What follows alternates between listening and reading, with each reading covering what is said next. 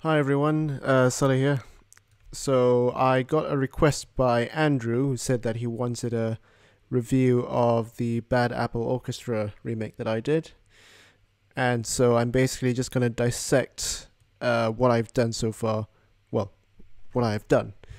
And this is basically the entire thing. As you can see, it's pretty cluttered and it kind of shows how I felt.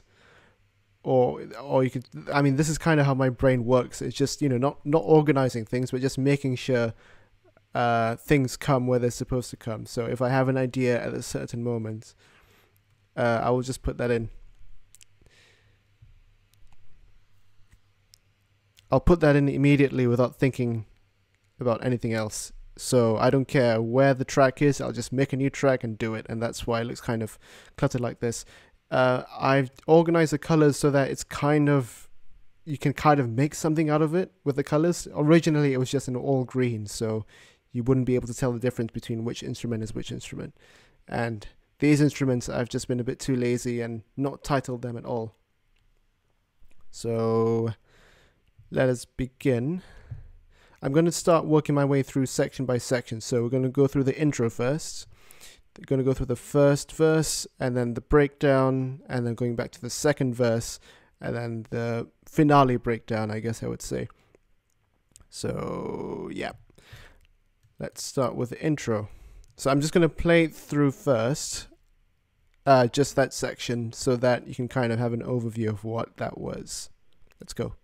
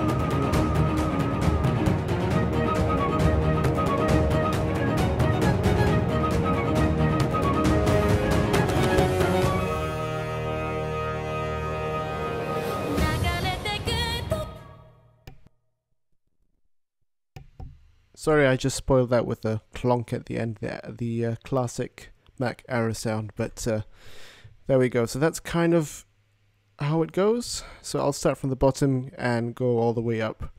So first we've got the very first thing you hear is the percussion, which goes, I'll single it out so you can just hear it as it is.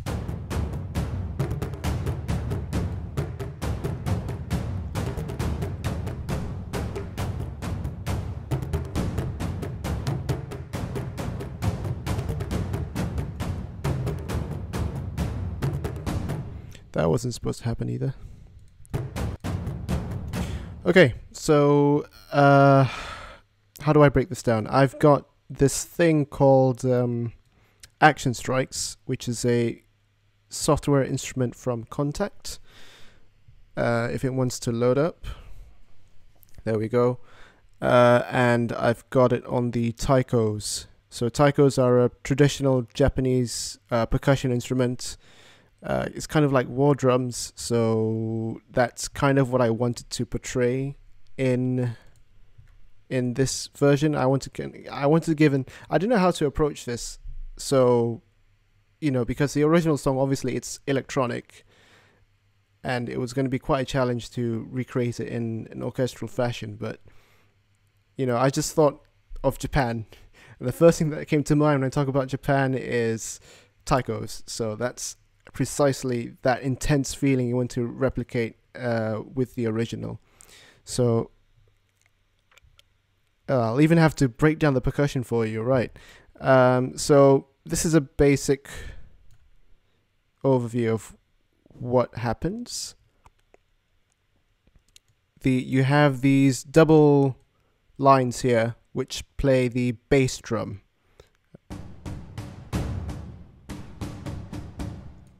Okay, and that's basically what gives a driving feel. So if I take these away just for a sec.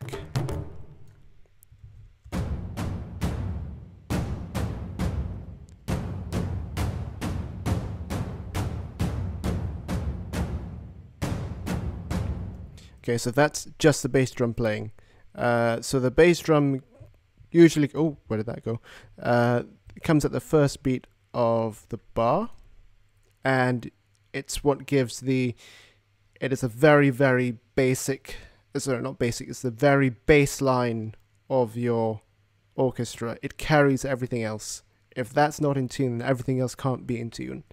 So, I'm gonna explain what the top part does now. So, remove these.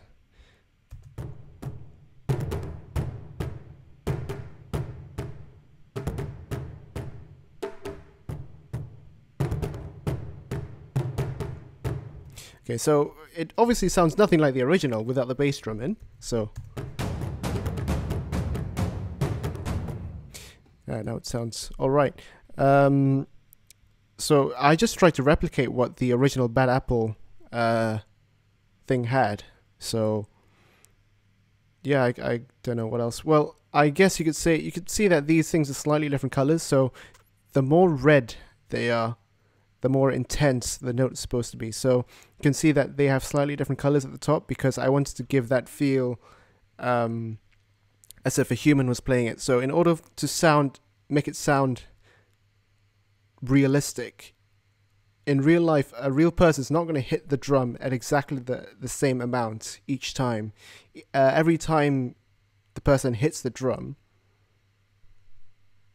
it's going to sound slightly different, and that's why I had to change the velocities. The real name, the proper name for it is called velocities, and so that makes it sound more realistic, basically. Okay, I'll just play it through one more time so that you can get a feel of it. That just clipped out.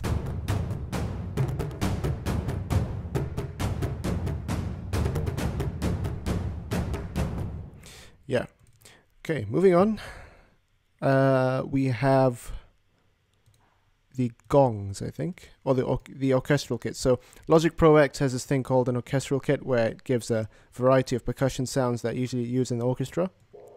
So one of them is just a cymbal sound, and the other one is a kind of a gong sound. It sounds very oriental, so I thought that's what I need to put in. And I'll combine that with the percussion so you can see, well, with the taiko so that you can hear it overall.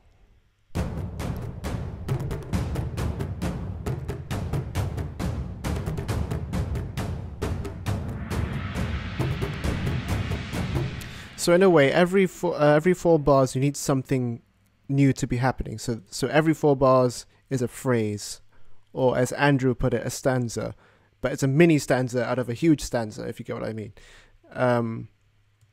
So when you get to the 4th bar, everything just needs, it's like a new loop happening. So we don't want to have a new loop happening. We want to keep things interesting by adding more stuff.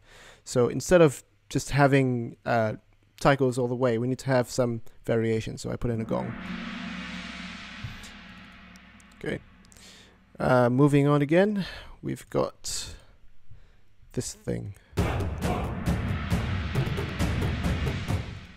Yeah, we've got the choir, which I've labeled in green. So all the green that you see is a choir, all the red is the percussion, and the I'm not too sure what the yellow was. The yellow was yellow is just timpani. So the green, let's zoom in on the green. Okay, so each note provides a different sound.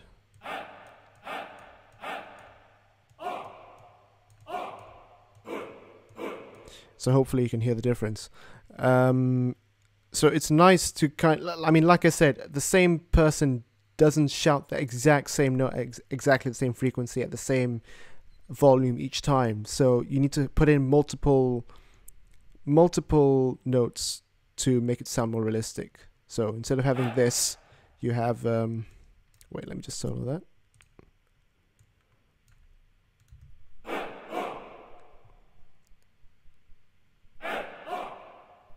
So it sounds different every time.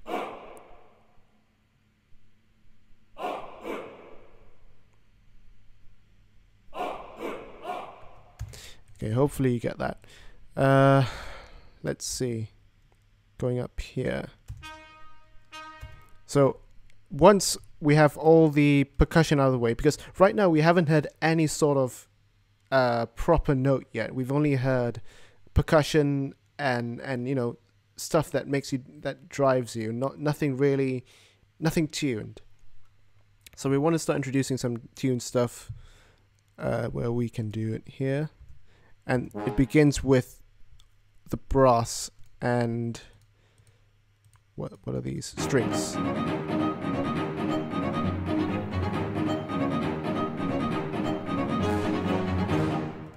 Okay. Right, so talk about the strings. So the strings I've labeled in pink, and you can see from the entire thing there are lots of strings going on. So I'll just narrow it down to these two for the moment, for the intro. So I'll play it through just for the 4 bars.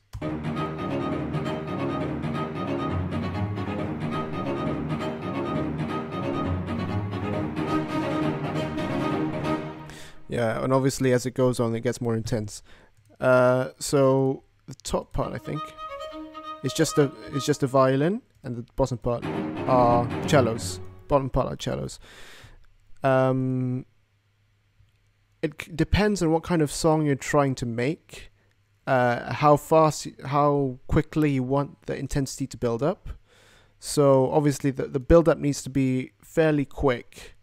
So that means I have to put in 2 or 3 instruments coming that are being introduced every time. So it keeps going.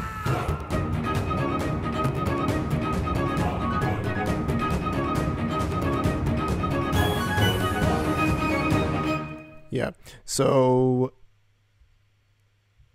it kind of leads in. You have these 2 brass instruments that are playing 2 extra notes behind the next phrase. So let's go through it again. Sorry, I want you to focus on these 3.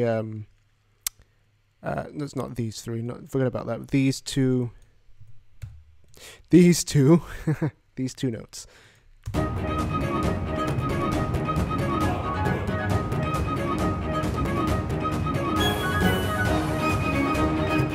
Okay, so obviously you have this sudden intensity that kind of transitions to the next bit, which are just these 2 notes. And it goes on to the next phrase. I'm not sure what this is. That doesn't do anything. Okay, sorry about that. Okay, next we have the brass instruments. Oh, sorry, not the brass, the strings. Got the strings which are, well, like I said before, they're adding to the intensity. And as we go forward,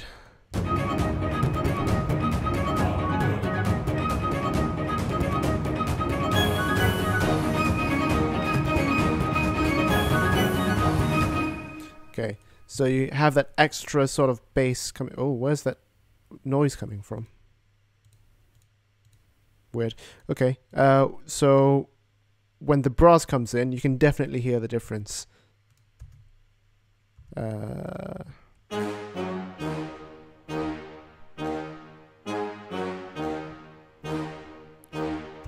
So they're playing part of the harmony, which is kind of the bass notes of the chord, to kind of emphasize the beat. So if you didn't have these, this is what it would sound like.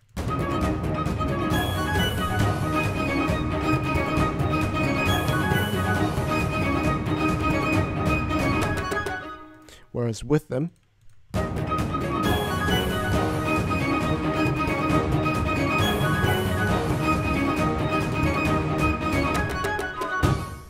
yeah, so hopefully you could hear the difference.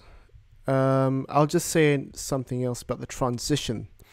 So the transition to the second part of the intro is this. So it's a fill, so that's what's known as a drum fill, but obviously there's going to be a fill for a much heavier percussion than just a drum kit. So for the last 4 bars, it just repeats. Sorry, the last 3 bars, it just repeats what it's normally been repeating. So this pattern. Oh. Yeah. So the last 2 halves, if you want to call that.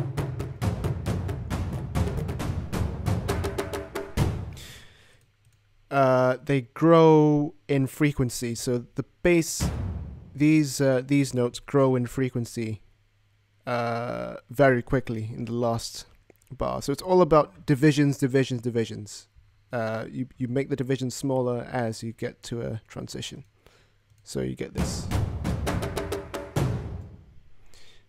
I don't know how else to say it, but it's this pattern which really provides wow,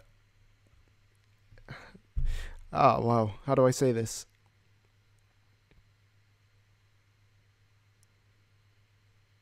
It's just a good transitional pattern. I like it. I don't know how else to say it. Okay, so now we move on to the second part of the intro, which just goes like this.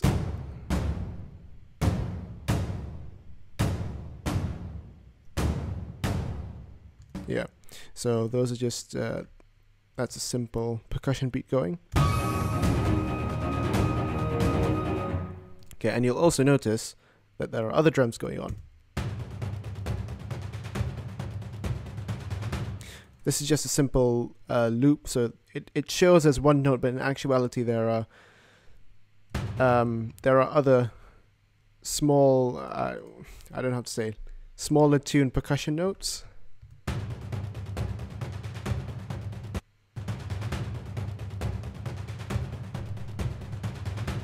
And it's just a loop that goes on. So if you want to see the actual score for this, if this wants to load, yeah, you can basically see over here. Well, I don't think I can enlarge this, but it says that they're basically half note accents going on. Okay, and then we. Oh no, the clicking has begun.